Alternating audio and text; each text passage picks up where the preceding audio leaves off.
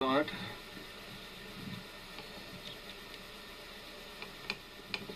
It's 10 feet wide.